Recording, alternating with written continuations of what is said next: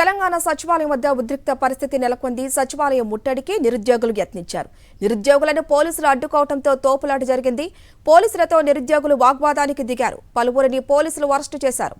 పోటీ పరీక్షలు వాయిదా వేయాలని నిరుద్యోగులు డిమాండ్ చేశారు. పెండింగ్ లో ఉన్న స్కాలర్షిప్లు, ఫీజు రియంబర్స్మెంట్ను విడుదల చేయాలన్నారు. అన్ని విధాలుగా ఈ ఫీజు రియంబర్స్మెంట్ విడుదల చేసేంత వరకు కూడా మా పోరాటాలు కొనసాగిస్తాం. ఈరోజు రాష్ట్ర వ్యాప్తంగా పెండింగ్ లో ఉన్న స్కాలర్షిప్స్ రియంబర్స్మెంట్ వెంటనే విడుదల చేయాలని చెప్పేసి రాష్ట్ర ప్రభుత్వాన్ని మేము విజ్ఞప్తి చేస్తా ఉన్నాం. ఈరోజు దాదాపు 3 సంవత్సరాలుగా 7,000 కోట్ల పైసలకు ఉన్నటువంటి స్కాలర్షిప్ పెండింగ్ లో ఉన్నాయి. ఈ పెండింగ్ వెంటనే కేటాయించాలని డిమాండ్ చేస్తాం. తద్వారా ఎందుకంటే విద్యార్థులు అనేక ఇబ్బందులు ఎదుర్కొంటున్నారు.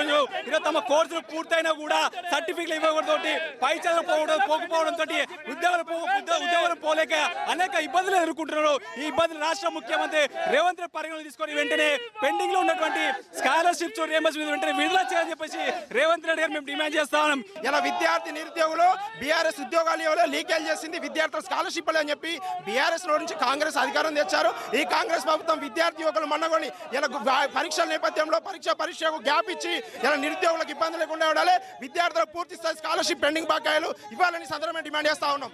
స్కాలర్షిప్స్ ని తక్షణం విడుదల చేయాలని చెప్పేసి ఈ రోజు ఏఐఎస్ఎఫ్ రాష్ట్ర సమితి ఆధ్వర్యంలో సెక్రటేరియట్ కార్యక్రమాన్ని ముట్టడించడం జరుగుతూ ఉంది. తక్షణమే రాష్ట్ర ప్రభుత్వానికి సుత్తశుద్ధి